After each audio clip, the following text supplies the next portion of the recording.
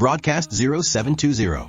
Powered by Lions, Empire Media, and Heaven Music. What's up, good people? Broadcast 0720, the very second episode right here in LM. Sitting here with my man Kulani Mabobo. Right from here in LM Mabobo. You were just saying something about your connection with Mabobo. I used to think it was a representational name, like you were trying to represent your wood or something like that. I actually thought you were a rap at first. No, it's actually my surname. Yeah. It represents a people. Yeah. Yeah. So these people are people who come from, originates from somewhere between Mozambique and Zimbabwe. Yeah. So these people came here probably around 1850. That's what I'll say. Okay. Yeah. So that's why you find that that place is called Mabobo. But they originally arrived near the church here. You see the Swiss Mission Church here. Yeah. Okay. That's when they were staying. Is that inspiration for your music sometimes, to know that you come from that long line of history, to know that your name has been written in history somewhere, in a place? Yeah, does this affect how the ideas you push out in your music? Yeah, cause my father's name is Nichin Mabo, but it's a Tsonga person. So what happened is I used to ask my grandmother, how come does he have such a name? And then she told me like where they stayed before. Like her best friend was a vendor person. Okay. Was a vendor Sango. So they were staying somewhere here, this side, Masagan. I don't know if you know the place. I've never heard of the place. Yeah. Never heard of the place. Yeah, but so it's somewhere around Street. Yeah. So it was Tsonga people and Venda people staying at one place. Okay. Yeah. So that's how we got the name. So it's inspiration for my music because it speaks beyond the Tsonga background that I come from. Okay. You understand? Also identifies the vendor in you. Yeah. Because there's even like my grandmother is the one who raised me. My paternal grandmother is from Marabat. So there's someone from Tabarala family who's from Marabat as well. Okay. So you see. And now, so which side do you identify with the most? Is it the Tsonga people or the Venda people? Or you just mix? You mentioned that you're a versatile artist. Yeah, I grew up speaking Tsonga, so I think in Tsonga. But I live in a multicultural society. Even if you can check Ilim, the demographics here, I can say like 60% of the population is Venda people. Yeah. And how well does that work for you when it comes to appeal, when you have to push your music out to, maybe like you said, you think in Tsonga, so when you come up with creative, when you are thinking creatively, thinking of coming up with a song, the people you relate to first, I would think are those closest to you, which may be Tsonga people. Let me show you something. Okay, let me give you an example using my discography. So my first project, I released it in 2008. It was like a house project. Yeah, I was only 8 years old English, at the time. And I can see so it was experimental and some Zulu in there. Yeah. And then it got. I was selling it using mixed music. Yeah. Yeah, the 90s people, the 90s kids know, and the older ones, they know that app. Yeah, so we were using mostly like English lyrics. Okay. Understand? So it got into the urban market. Okay. But because it was like my first project, I didn't know the music business that much. I only knew as far as Samuro and publishing the music on Mix It and collecting the money. Okay. So have you ever found yourself having to relocate to engage with the wider audience, like you said? For relocate for music? Yeah. Nah, not specifically. But in 2009, we released 2008. So in 2009, I released from here. Like everything was recorded here at Ilim. And the funny thing is, Rastriga. The funny thing is, the first recordings we were recording using a mic similar to this one. Yeah. Like a camera mic. Okay. It even played on 5FM. Yeah. Yeah, my first project. Your first project. Yeah. That was like an album. Yeah, it was an album, house album. And I was using a DJ Shkotlola then. Okay. You remember the times of Won't Marry Me? Yeah. I released before Marry Me. So the thing is, I took the CD and gave it to this other distribution guy. Was distributing for Jive City. Yeah. So that guy took my records to the people who were making Marry Me. I don't even know the people. Yeah. So it's like the sonics of the song, the sound that I was making. So they made something similar to ours. And that was house music. Yeah, it was house music. You a little bit slower than the one that was in the market during those times. And how, looking that we are in 2025 right now, you don't hear a lot of house music. Yeah, my piano is still house. It's still house. Yeah. You think so? It's still house. It's still house. Good. Yeah. Good. Just a slower tempo. And have you ventured into that territory? My piano? Yeah, obviously, man. Obviously. And what kind of reaction do you get out of people when you do the songs? Yeah, they still like your music like they did piano. Some might say, Kulani now is doing piano. It's no longer the Kulani we know, stuff like that. You know how people can be critical. The thing is, the audience change. Yeah. Understand? Once a person tells you Amapiano is boring, that person is old, my friend. Yeah. That person is old. Yeah, it's a genre Simple, for young people. Yeah, Music is the main like culture. Yeah. Like popular culture is supposed to be about the youth. Okay. If popular culture is about like 50-year-olds, I don't know what kind of a word you're doing. Because are you supposed to dress like your grandfather? Eh? You understand? There's nothing to sell there. Well, when we look back even at your discography, because this guy suggested that we have to interview Kulani. I'm from... What did you find?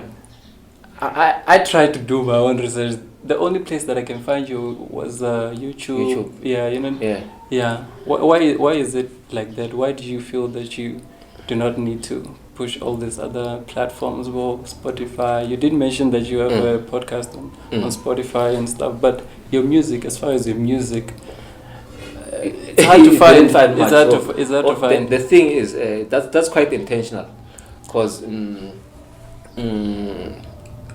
quite a political artist. Okay. I protest a lot. All right. So I know the music business side of things. Okay. Beyond the music, beyond like releasing stuff and things like that. Okay. So I've realized like they're paying us close to nothing. Okay. You understand? So it really, I take out a lot of value, but I get less. But you find all these big artists, almost every musician that you know of, you find them on these platforms. You find their record labels putting them on these platforms. Yeah, there's someone milking them, my friend. Yeah, between the record labels or the... Yeah, there's someone milking them. Besides the record labels. Yeah, who's running the machine? Who's behind the machine? Then why do a record label insist on putting their art? Why not find other means of distributing their music? There's no way, my friend. It's the very same old machine that used to be like back then. Because according to statistics, like the market share, like music market share, out of 100%, 85% goes to the big three companies. Who are those big three companies? It's Sony, Universal, and I think it's Warner Music Group or something like that. Yeah, something like that. So you are suggesting that these are the very same people that own this platform? Yeah, they own the industry. They are responsible for Spotify. Sort of like monopolizing the music industry. And it's much easier. Yeah, it's much easier. Because they can see each and every one of you who use that platform, your likenesses. So, being that you're an independent artist, how do you tackle that, the machine? It's hard to tackle the machine, my friend. You need a lot of firepower. What kind of firepower are we talking about? Like powerful music? Like for example, let's take right now. They will no longer be Spotify. They will no longer be YouTube. They will no longer be maybe Facebook. We have to start our own platforms. Platforms, yeah. That will be the only way. It will be the only way. Yeah. I've never heard of any besides those. There's always big other big brands other than the ones that are. You hardly hear of these ones on the ground. So Spotify, it's usually. So we need a system restart, just like how BRICS is doing it. Okay. The dollarizing. You understand? How do we make it as big as those? How do we compete in the market? Because it's all about competition. We eliminate the competition and then we start afresh and have our own economy as black people. As black people or as artists, who are we speaking for here? Are we speaking? Let's talk as Africans. Yeah. Let's talk as Africans. Because if you check the companies that I'm talking about, which one is South African? I wouldn't know. So I don't know whether they were found. So you see, so which means a lot of the eyeballs that you're bringing into their website, you'll release once, for example, and then I bring 10,000 people. Those 10,000 people will be consuming their product while I'm not releasing this. So, while you're not releasing, so and whereas I'm also discouraged by their payout. They've already taken my value. So you see. Is that why you need to have like control of your? Yeah, we need to have our own platform. Yeah, that I know. Even if the 90% doesn't go to me, but it goes to my brother. You understand? So, have you stopped doing house music? Do you no longer believe in house music? Yeah. I have a lot of house music in my vault. I have a lot of house music in my vault. I have songs. I have a song with DJ Vitoto. You know DJ Vitoto? Yeah, I think I've heard of that name before. Yeah, you obviously know DJ Vitoto. They signed by the person who signed Zola back in the days. Okay. Yeah, so that's part of my problem. So the thing is, it's a white person. Controls the industry. So once I release the song, it can be taken down. Okay. Because he owns DJ Vitoto. You understand? Okay. So it means I'll be eating from his PR campaign. Whatever is marketing out there, I'm taking DJ value out of it. is probably looking at this right now thinking, what do you think he'll think? Hearing you saying that that owned. What they will do? Owned by the. They know. They know. Hey, this is going to YouTube, no? Yeah. Don't worry about it. They won't see us, man. They don't care about us. Okay, they don't. Okay. Yeah. Looking. I looked at that video. Yeah, Africa, my end, like for a prolonged period of time. I thought maybe you'd show up here in like the gear, the stuff, Africa, the themes. Yeah, the theme there. It was. Predominantly African. Well, the thing is, let me tell you the chronology of the song. So after the 2008 project, I worked on other projects in between. It was mainly hip hop and that house project, and then I tried to transition into my first solo project. Yeah, so. What was the question again? Remind me of the question again. No, I was asking like the themes. I thought that's how you actually, because when you sing that for the first time, you're like, this guy is a very deep artist. Okay. So very African. So it's 2013. Yeah. I released the song, but I wrote it 2010. Okay. Yeah. So I push other projects in between, and then I find someone who sponsors me to make a video 2018. Okay. So the difference in chronology, and even up to now. So you see now, it's 2018 up to now. You see, so image and culture change time and time again. So you had never done a song like that before or after? Or after Africa My End. Yeah.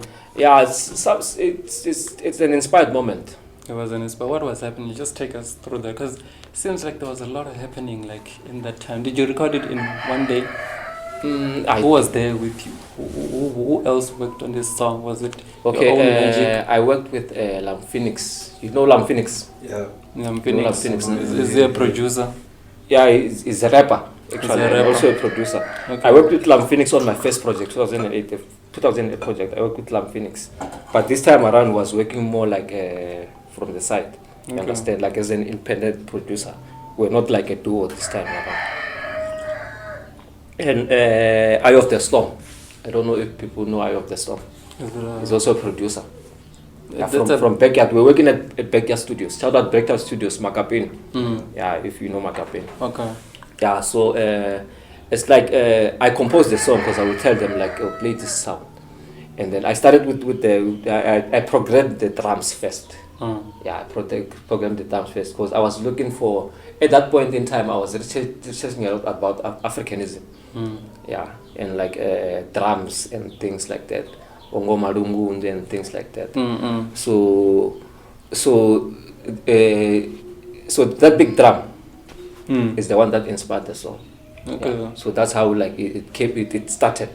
Yeah. So I led the other sounds with the other guys, and then I ended up like releasing the song. When I released the song, it was not a house song.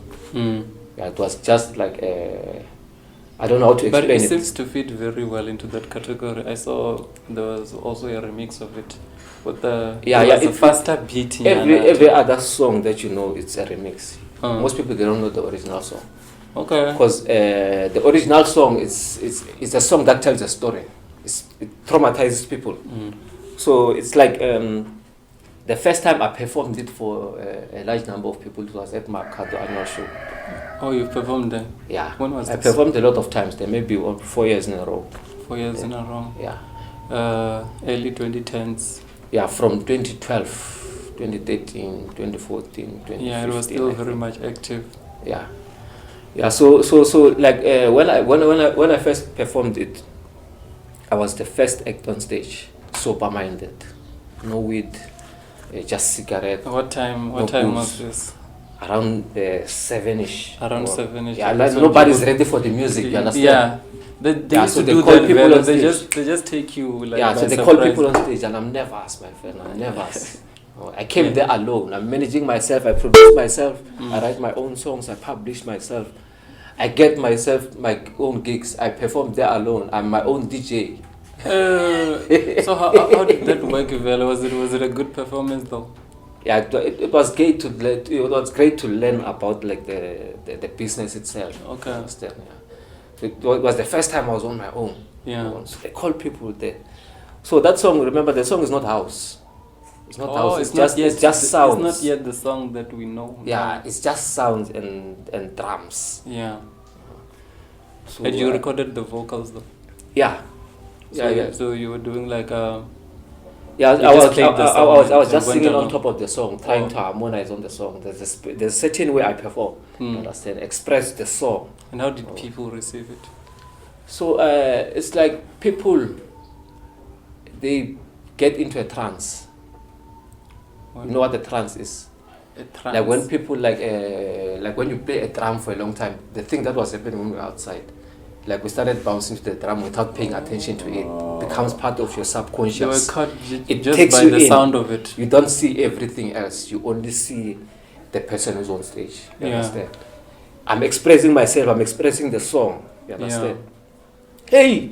So it's like after attracting the people in that way. Yeah. But the song sounds like it's just drum, and then the orchestra comes, and then the big voice comes. So it's like it captures people. Then I start telling the story, African story. You understand?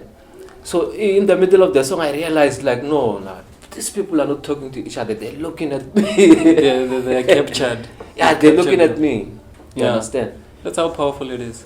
Yeah. Yeah. So I didn't know how to respond after that. But did you finish your performance? No. I did finish my performance. Was it your first time performing? No, it was not my first time. I but performed it was the many first time. times. I performed many times, but not really expressing. With such a big audience. Not really expressing like Kulani. You understand?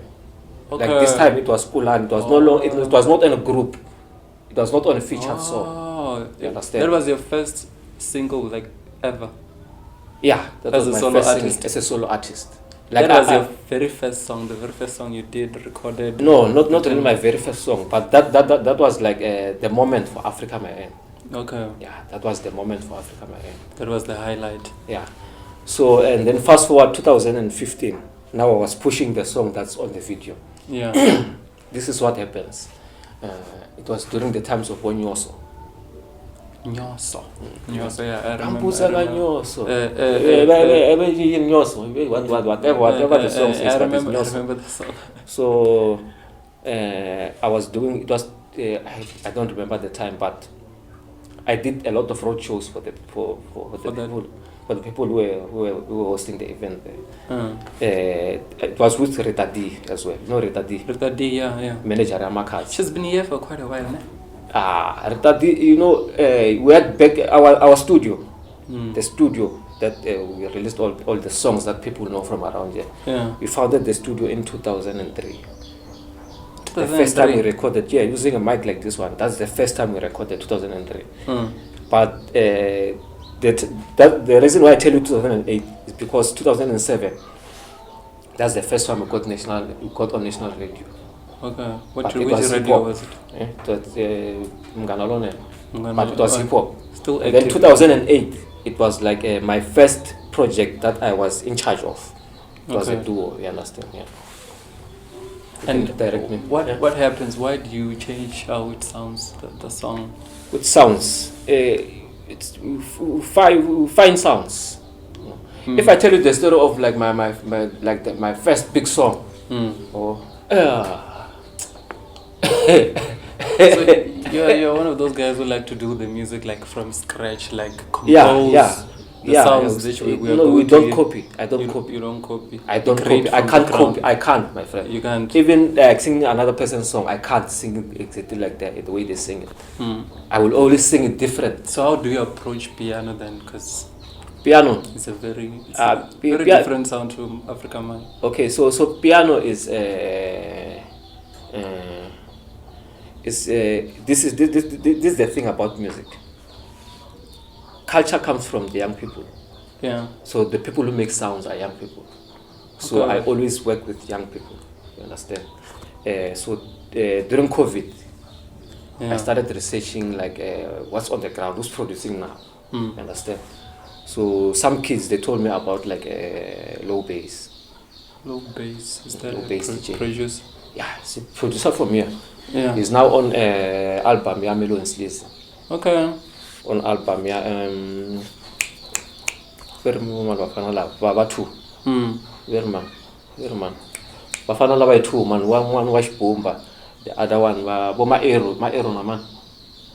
But I miss you tonight, tonight. The producers of that song, I just forgot who they are, but we will check what this is. It's also on that album. Yeah. Okay. So 2021. Like during the times whereby it was illegal to do a gig, I was doing a lot of gigs with the young kids. Yeah. So that's how I met Low Bass. So Low Bass was maybe 15 or 16 that time. 15. How do you even find him on social media? No, I get my people around. Yeah. I understand youth culture. I've been researching it a lot. You understand? There are people who, especially Boma Jaivan, they will tell you who's what. What this is. So, which part is easier in doing this? Is it teamwork, or do you like to that now that you're alone, you have more control over how you do your music and how you you have to include someone. You have to, especially a person who knows hip hop, because hip hop is technical. What do you pick up to hip hop? Big up to hip hop. Hip hop is quite technical. Big up to hip hop. What do you mean technical? If you can listen to hip hop, you find that hip hop comes from a jazz song. Oh, hip-hop they do a lot of sampling. Hip hop can come from a Chingondo song. You understand? Oh, those guys know how to work the sounds. Yeah, to make it sound. So how even like the producers of Amapiano, they come from hip hop. Yeah, a lot of them migrated from hip hop at the time. So and understand something about hip hop. Hip hop, like the first guy, if you research, like the first people who coined hip hop is someone called Africa Bambata. Bambata is a Zulu word. Okay. Africa Bambata. Africa already defines itself. So what those guys found, the Black Americans, it was like during like a certain era in America, like there was a black consciousness, I think. Yeah. Black consciousness. Yeah. So they started getting more information from Africa, where they come from. Oh. So they found the Zulu culture. Oh. So to find themselves, they had to go through us. You understand? They found the voodoo drums. Yeah. They found the break dancing in Nigeria. This is before like any song was ever 70 before there something. was such a thing as hip hop. Yeah, 70 something. Oh, they wanted something to represent them. Yeah. And then they went back to Africa to find it. Yeah, so if I remember correctly, Bambata is Kulbitsonga. Mm. You understand? Because Bambata ran from like the colonial people, and is rumored to have ended up in Mozambique. Okay. You understand? Mm. Yeah, so it's like those guys, they were trying to inspire themselves out of like the slavery mind. You understand? That's how hip hop came about. So it's the voodoo drums. Wabona like very no pata shibongo ishveta. I told you I needed some Tonga lessons. What do you mean? What do you mean is that Ambela Chifani Ngashbenda? Oh, Zulus do it a lot. Yeah. What do they call this? Clan names. Yeah, that's hip hop, my friend. Oh. That's how they came about it. They were trying to explain to and it's define very themselves. self-explanatory when you listen to hip hop. Yeah, it's usually about the yeah. artist It's all about like inspiring the next person in the streets. Okay. Like enlightening each one, teach one. Yeah. Yeah. So even like the guy who founded Backyard Records, Makapeni, and his friend Soshangan. Yeah, they come from a hip hop background. Okay. Are you currently making any new music? Yeah. I'm working on a project with this other guitarist called Mashegan. Yeah. Yeah, Mashegan. The guy you was telling me about. Yeah, the guy was telling me very about. talented, apparently. He's a legend, that one. Yeah. He tells me he's been in studio with Chico. That's a way like back in the days. I'm talking about back in the days. Yeah. Maybe 90 something or the early 2000s. Yeah. How did you find him? He was born here. Comes from here. Comes from here. Yeah. A lot of fire comes from here, my friend. Yeah, a lot of fire comes from here. A lot of fire. Makazi comes from where? Comes from Venda. By here you mean Elim or Venda? Like here, like you make it from here. Elim. You get inspired from here. You see the sun from here. Yeah, the sun rises from here. You believe in Elim that much? Yeah. Let me tell you about how my cousin met Ritadi. They met right here at Indian Garage. When was this? Had she started doing the music? Maybe because she used to do a lot of manyalo, 2015. In the day, she used to do a lot of manyalo. Yeah. Before us guys even. Yeah. Listening to her. So how it came about? Like I think they asked to perform. I was performing here at Garage. We opened like Indian Garage here. Yeah. So she came there and asked to perform. Where at Ilim. No. Engine Garage. Elegant. Yeah. Engine Garage at Ilim. Engine Garage. Which is 2015-ish somewhere.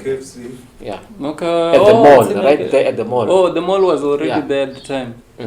She performed. 2015. She performed there. Yeah. She performed even earlier at Wojane. She used to come in front of the shops and sing there. I was Have you met her personally? Yeah, she knows me. She knows me by name, man.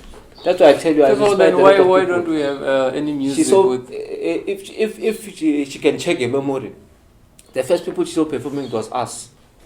Who by us? Who was there? The Backyard Records crew. Magabeni, Soshangane, Lam Phoenix. I can Eye of the Storm. I can name a lot of people. Blasha started recording at our studio. You know Blasha? Yeah. I know Blasha. Or which artist from Benda do you know? Which artist do you think is prominent in Benda? And I will tell you his background. Percy. Let's not talk about Percy Mkwe. Percy Mkwe is from a big engine. It's on a big engine. Yeah, but I've met him several times. I've even arranged maybe one song. Yeah, I'd love to see you guys doing something because it seems you are. With Percy. Yeah. Yeah. You think it's possible? Yeah, but really, I think it's well defined. I wanted to be on his own, and I'm well defined to be on my own. Yeah, those things just happen. Because there's one thing that's difficult to do. Like let's think I'm pushing on a certain direction. You understand? And then I got my people. You see, and then I meet someone with a bigger audience, with a bigger PR. Got adverts for the whole year, and then I got my people peddling me towards a certain direction. Then I feature you. And then you take my audience for a year. What is this? It's quite So dangerous. that's why people don't do a lot of features. That's why the big artists they don't do a lot of features because of that. Okay. You're taking fuel from the fire. Okay. So I'm also protecting my fire sometimes. Because it's hard to recover from a big campaign as an independent artist. Okay. So, for example, let me tell you about like like a person who was signed before, but they are unable to pick up now because they come from a big engine. Pesi was signed before, I think. Yeah, that's why but now he's independent as far as that's why he's struggling to be at that level. There's this first song of his was still a kid, he was still very young. Spectacular. Yeah, that's why he's struggling to be on that level. Because now he has to. It was really hot at the time. I was too young to know. But I knew I heard the song like many times throughout my childhood till this day. Yeah. Still play that song. A lot of paid PR. Yeah, white people own the song. You mean to say he doesn't have his masters for Spectacular? What? I doubt. You doubt? I doubt. You can bet, my friend. You can bet. Yeah, maybe, you may be right. You may be right because the song of his intellectual property. Intellectual property is the business. Yeah, it's the. How much do you think they could be generating from that? But it's not longer the days of CD and stuff like that on streaming platforms. On streaming platforms, because this is the only distribution they seem to have. Streaming platforms. I had I saw something on Radio Monitor talking about Spotify's pays around 60,000 per 1 million streams. Per 1 million, yeah. I doubt it's gathering that much traction. I doubt Spectacular is gathering that much traction. They're not really making a lot, but what if like 60,000 per million streams? Yeah. Once off, or every 1 million they pay you. You know what's lucrative, my friend? Let me tell you what's lucrative about the business. When you own your intellectual property, you have the right to license it. Like, which means when ShopRite comes and say they want to use my song for an advert, I'm able to negotiate and say I want 20 million and keep all of it. When I just give them the rights to play it on their adverts and whatever. For a certain time. Keep them for 3 years. After 3 years, you can even say you want to. I'm sure it depends on how big the song is. Yeah? Depends on how big the song is. Yeah, but there's that potential. A song can become big in 10 years. In 10 years? Yeah. Yeah. Do you want me to give you an example? Give me one. Okay. Lungo. Yeah, I know that. That song is quite old, man. 1996. Yeah, but it still hits even. 1996, I was maybe 11. 1996. Went to a certain wedding somewhere, my relatives, somewhere, Amataj or somewhere. They've remixed that song, no? Yeah, it became a hit 2 years back. Yeah. 2 years back it became a hit. Yeah. And there was even like an intellectual property fight about the song. About the song. You know who owns the song? No. Who generated from that? No idea. Black Coffee, bought Gallo. He bought the company that owned the song. Gallo owns a lot of like first albums of a lot of people. I think even Colbert Mukwebone, first album. Okay. Yeah, it's on Gallo, yeah. Okay. First album says a lot. Because you know why? Music from the first album, it's either comes from a dark place or from a very good place, depending on how you grew up. You understand? That's when you're at so your it's full your potential. Gold. It's your gold. Yeah. You really don't understand what's going on out there. But you just follow the music. And that's where the formula of making a hit comes from. You just follow the music. You understand? Yeah. So most people, they never recover from that. Yeah. Because they never understand the formula. That's why I find that people get addicted to drugs. Yeah. Because if you ask them, how do you make a hit? How did you make that big song? They'll tell you they don't know. Yeah, they'll think that that moment came about because I smoked too much weed. Where do you think it comes from? There's a formula, my friend. There's a formula? Yeah, there's a formula. And I assume it's a secret formula. It's not really secret, it's out there. Ne? What does it take for you to create a hit? What? You said you were to make a hit right now. What would be your formula? What would my formula? Yeah. Just follow the music. or sing the song and then make the music follow the song. So even when you go back to Africa, my end. Okay, let me give you an example. Yeah. How did you learn ABC? It just came about. No. I was in a class someday. Do you remember the song? There's a song. Oh, A, B, C, D. Yeah, there's a song. Okay. Why do you think in Christ there are a lot of songs?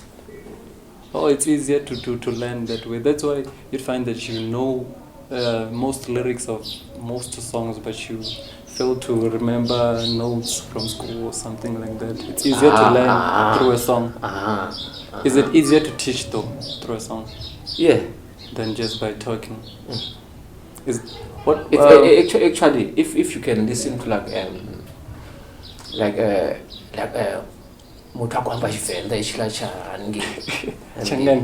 yeah, it's so fascinating. Like if you close your eyes, the person is like actually singing. It's making sounds. Just making sounds. So understand? That's why even you can like a Spanish song.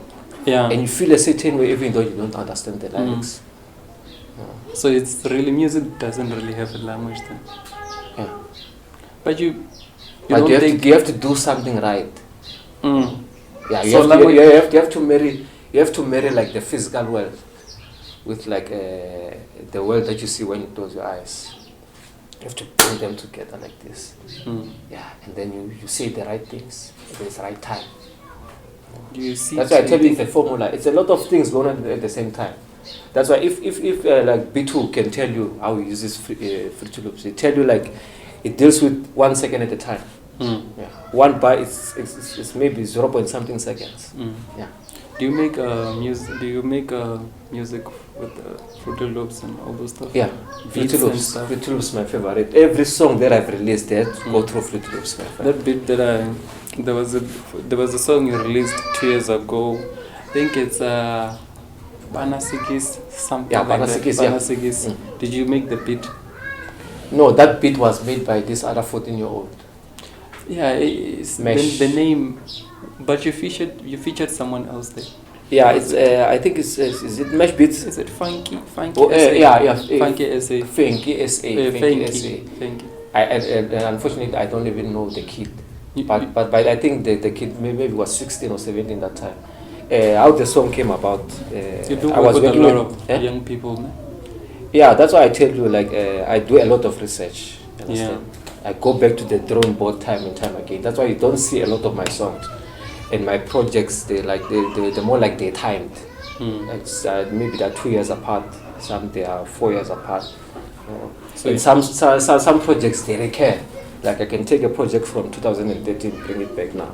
When I can release a song from my vault, I have a lot of songs recorded, but I don't release a lot because of I'm cautious about I'm concerned about like how they are exploiting artists, how they take value out of you for nothing. So now you never release music if not from your own formula. Yeah, I will release right now. I'm planning to release something. Yeah, I'm planning to release something. Yeah? So I want to hear the difference between Africa My End and the Africa My End Kulani and the Kulani now in 2025. Yeah, well, the song that I just that I will only like tell you about the title of the song. Because like this song I wrote it in 2016. Yeah, I was coming from a very very dark place. Yeah, understand, like 2015 compared to the time that I was writing it then. Yeah, I saw a lot of difference in my life. You understand? Was it because of that song? Yeah. Was it because of that song? No, it was not because of that song, but it's life things. You understand? It's life things. I'm grown up as a man. I had like my first kid maybe was like she was 7 or somewhere there. So it was a lot of things going on. Yeah. So the song. It talked like about my life from the core to that point in time and going on forward. You understand?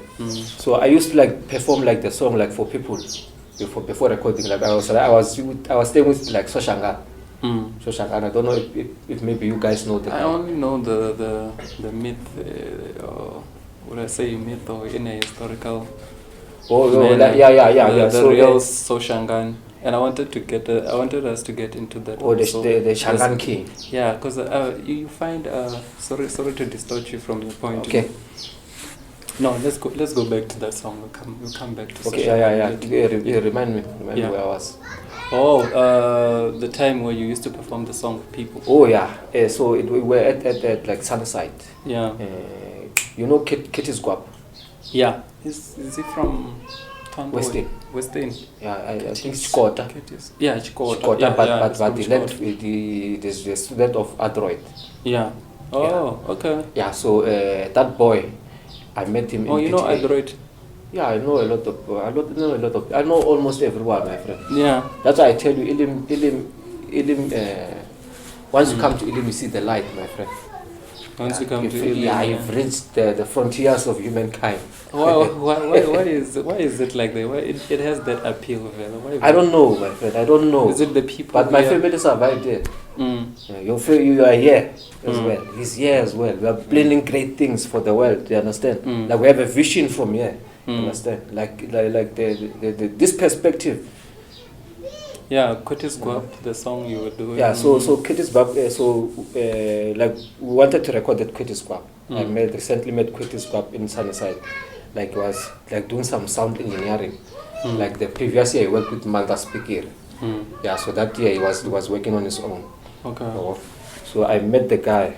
So like me and Soshangana come from way back 2003. The first time we recorded, I was with Soshangana. Okay. Like when I was still a kid, from 1998, 97, we used to bring songs to that guy, and the approach with it was like I think I saw a performance of you with them. Yeah, with Soshangan. Yeah, with so much juice on the background. Were you doing a rap song? Yeah. You rapped on the song? I didn't rap on the song. Soshangan was rapping on the song. He was the one who was rapping, but you performed with him, I think. Yeah, so that song we recorded at Katie's. Okay. That was the biggest song of the songs that we were recording at that time, 2016. Okay. So the thing is, the first song that I wrote is the song that I'm going to release now. Okay. You understand? So I kept it for this long. Because I understood like it was about like discovering the structure of the music that I'm going to release. But I believed like, I felt like people were not at the right time to hear the message of the song. Like my audience was not matured enough to understand the song. You understand? So the funny thing is, there was this other guy called Itan. Itan had the song. You know? So in 2023, Itan called me. When called me, I missed his call. Called me again, he missed his call. He went home and found my woman. And then on his way back, Itan, what are you looking for? He said like, Ish, I want to tell you something, but Ish, I have no time left. And then, but you should record that song, Kwatsu. It's called Kwatsu. Yeah. I think, yeah, it was from his memory. Remembers it from his memory. It's not recorded anywhere. Understand? And then Itan, after maybe 2 weeks, I don't know if he committed suicide or but something tragic happened to him. He passed on. So I felt like I have to record the song because. And when I tried to check, like ask his friends, like what was going on with the guy, they said like he suddenly became depressed. Yeah, I had a lot of like he went through some bad stuff. You understand? Yeah, so maybe that song was gonna revive him. Yeah, because I understand. Was maybe gonna bring him out of that. Now you want to put it out. So with like I've lost a lot of people that used to listen to my music. Understand? You mean like audience or people? Audience. Just people. Let's talk about audience. I'm not talking about friends. I'm talking about audience. Why do you think that you've lost a lot of people who used to listen to your music? Let me cook one. I lost a lot of people like through depressive stuff. Understand? Like the people who suddenly become depressed, some they commit suicide. You understand? So the song is about like inspiring a person out of such a dark place. Okay. Yeah. That guy, Soshangani. It's a very interesting because I had meant to get some clarity from you as a Tsonga man, as a Tsonga speaking artist. Soshangani. You often hear people, well, people often get upset when you call them Changani. Changani. They'll say to you, no, man, I'm not Changani, I'm Tsonga. Okay. Why is it that people get so mad? This is the bias.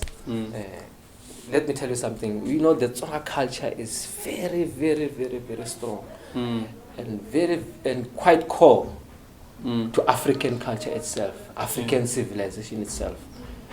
To tell you something, if you check on Google, you Google something called Tsonga headrest. Yeah, it's like in the headrest. Yeah, like the one that comes from culture. It's wooden, like the banks to so the legs cross like this. Yeah, it's the very same one that's used in Egypt. That's used in Egypt. It's the very same one that's used in Egypt. That it has a connection with Tsonga people. Yeah, obviously. So then, how does this come about where people start calling Tsonga people Changana? No, it's so this is how it comes about. The colonial people come here. Understand? They have their people. They create the Zulu nation. Because understand something, Zulu is a person. It's a family. And apparently the history is so well documented to show that it comes from the colonial people. It's told about or above all the other cultures, you understand? Like they praise someone who's killing people. You understand? Okay. So that culture is supposed to take over other cultures and make them and tear them into subgroups. Some they tear them apart. So Shangan comes from the Zulu nation to conquer the Tsonga people. When? So, in Mozambique. So some of my people, they ran to Vandesia, yeah. Okay. Yeah. So in Vandesia, there's let me say someone who comes from, Baloi. Baloi is also Minyai. Do you know that? I think I've heard it. Baloi and Banyai, yeah. So how it links, like Baloi and Banyai, they used to stay in this mountain here. What do we call it? Rwanda. Rwanda. Yeah.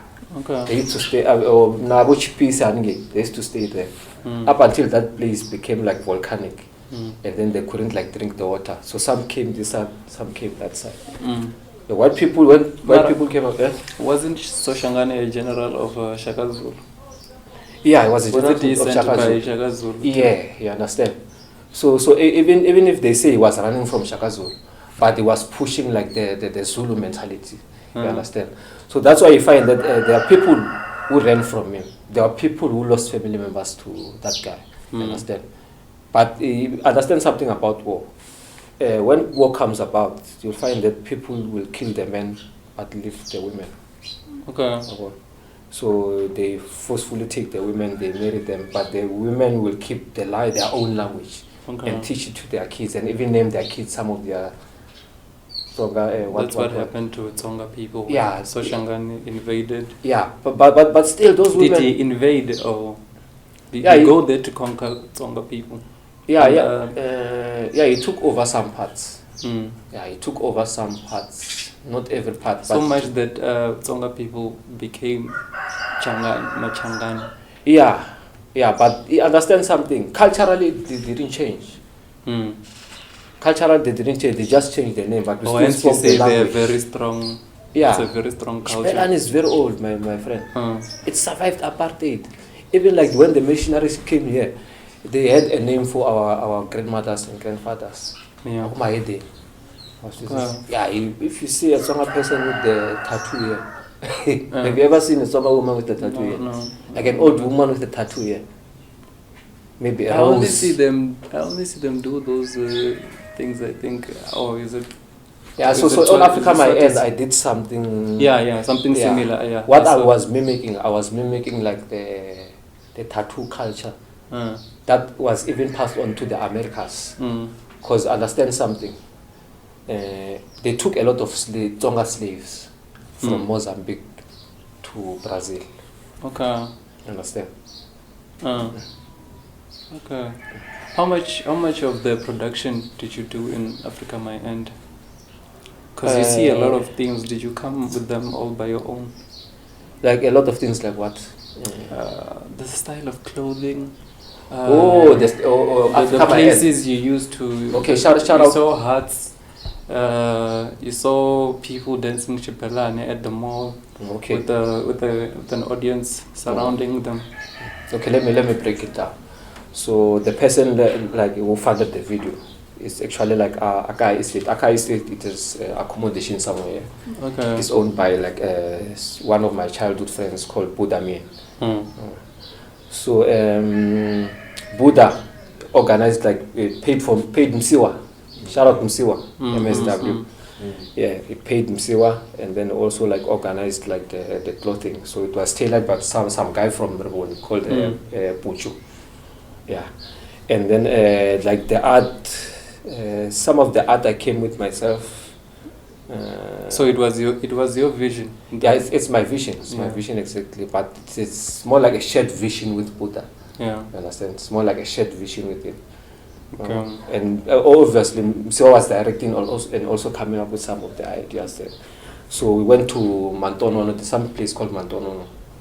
Yeah, beyond Maganjin there. From Mantonono, you can even see Amaila, you see Bungi this side, you see Ribora, you see Ilim this side. Yeah. You still do a lot of performances. Oh, what? A lot of performances. Do you still perform? Perform, at events, gigs. Yeah. So this time around, I'm gonna come up with my guitar guy, Mashegan. Yeah, Mr. Mabunda. Yeah. Is it the guy that you were supposed to come with? Yeah, it's supposed that guy was supposed to come with. Okay. So I'm gonna be also working on his album. So he's releasing an album. Yeah, I will be writing the songs and. Oh, because you have an arrangement with him. Yeah. Yeah. So I'm gonna make that song parts that I'm talking about. And then maybe focus on his album. Looking forward to hearing it, man. So which means there's no use asking if you're ever gonna stop doing music. If what? Will you ever stop doing music? No, the songs they just come, my friend. Even if I want to stop, do you ever foresee yourself stopping, quitting music? No, I can't stop.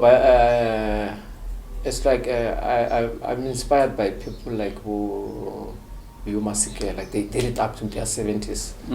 Dr. Thomas Chawuke, I think, is 70 something now. You'll be singing up until you are 70 or 80 there. Yeah, as long as I still have a voice, my friend. Releasing new music, or do you plan to stop releasing at some point? I'll keep on writing for other people. You don't, because my goal is to own a lot of intellectual property. Yeah. Do you feel you don't have enough music? What? Do you feel you don't have enough music to go on with? The reason why you still need to keep doing music. Yeah, I think I still have a lot of music to release out there. Because it's nothing really defines this era, and nothing really defines the next era.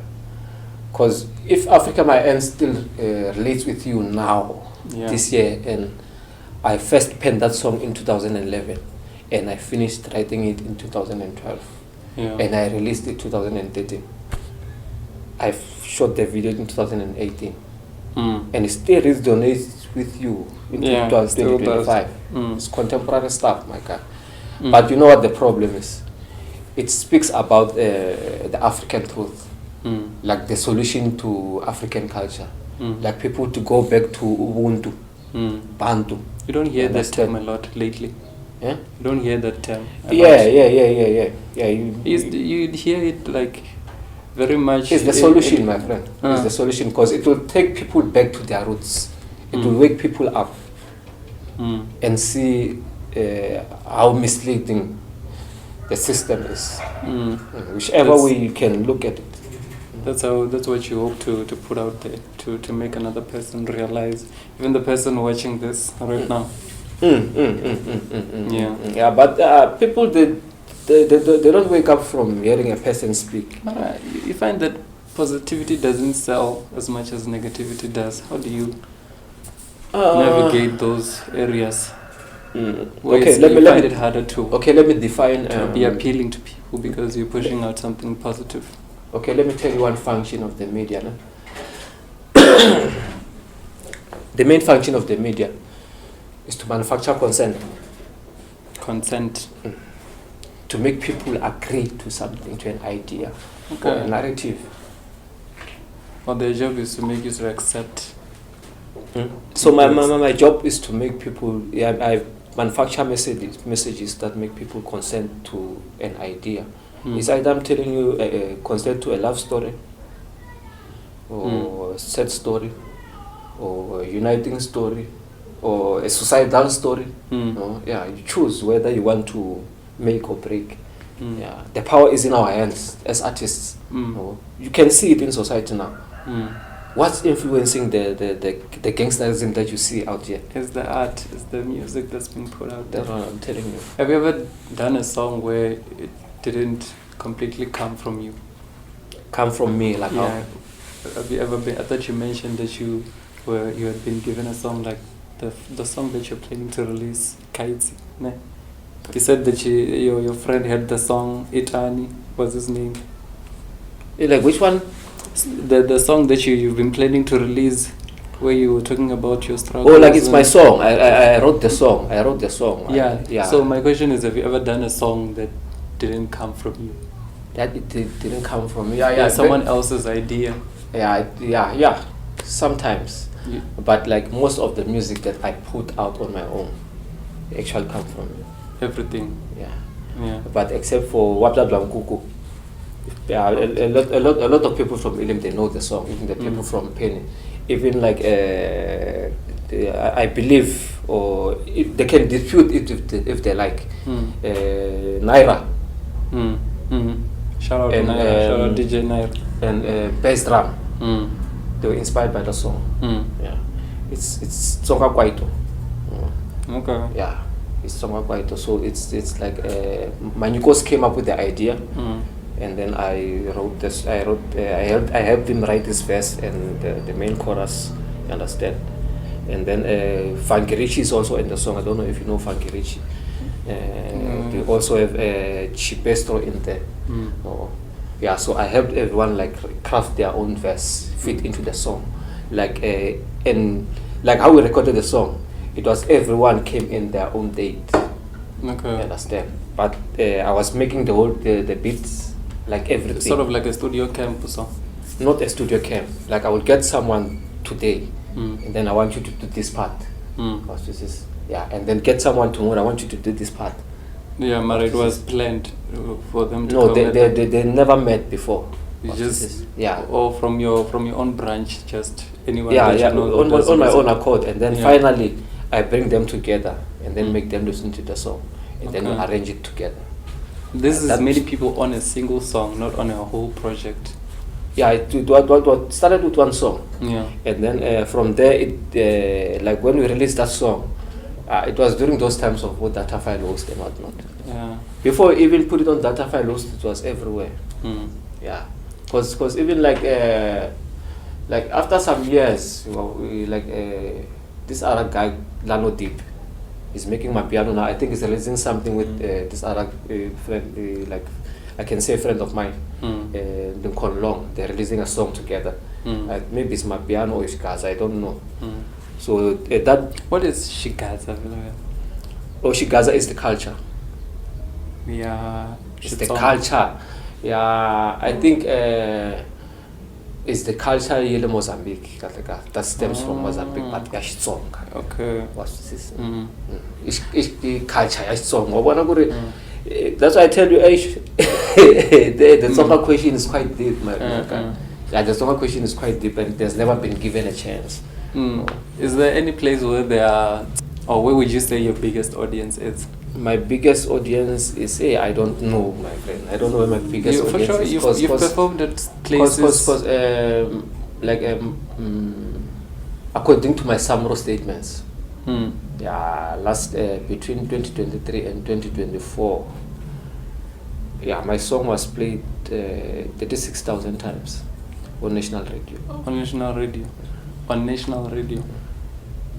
This other song I wrote in 2016 called Aitzak with King Shivo. Okay, yeah, I've heard of King Yeah, Shivo. for sure, you found the song. I just worked with a friend of mine, Remurwani, used to be a dancer. Yeah, so we recorded that song at Ketty's studio. Okay. So that's Soshangan song, and the King Shivo song, and the song here Inoso. This other one with Inoso. It was released by South Africa. Now it's under the Vault Yason, you know. Okay. Yeah, I wrote them like I think they are maybe 2 weeks apart. But every song that I recorded at Ketty's studio, it all ended up on radio. Different projects, not PR. Just by the purity of your music and your That's sound. why I tell you there's a formula. Yeah. Yeah, there's somewhere where you have to meet to marry like the physical world and the world that you see when you close your eyes. Yeah, that's where it comes about like this. Yeah. Did you get anything from the radio plays? Yeah, Samro plays. I'm a Samro member finally. After I joined Samro in 2009. You said finally. Is it? It takes a lot, my friend, to be a Samro member. Yeah, you can ask people. It's only 20,000 members. 20,000? Yeah, it's only 20,000 members. Oh, so you get like maybe in the form of royalties? Yeah, I'm getting royalties, but it's not really that much, but it's not 14 cent. It's not 14 cent, yeah. There's someone who got 14 cent from yeah, I think a very big song, my friend. I'm telling you, a very big song got 14 cent. Yeah. Yeah, a very, very big song. Why is it that hard to generate revenue with Samro? With Samro. I remember MTU once posted a statement, I think it was 200 and something. It doesn't own anything, MT. It doesn't own its music rights. Thank you so much for coming, my guy. I think it was a really good conversation, and shout out to everyone that's been watching. Shout out to all the subscribers. We see you. Shout out everybody who's been communicating with us. We read the comments. We've seen the inboxes. We just want to say, till next time, Kulani Mabobo, and we out. Yeah, and I'm not cancer still, guys. Come in broadcast 0720. 0720. And I'm not cancer still. Kulani Mabobo. Minchaka social media, Facebook, TikTok, as Mangentia, YouTube, as Kulani Mabobo. Yeah, in a looked it out. All right. Beautiful.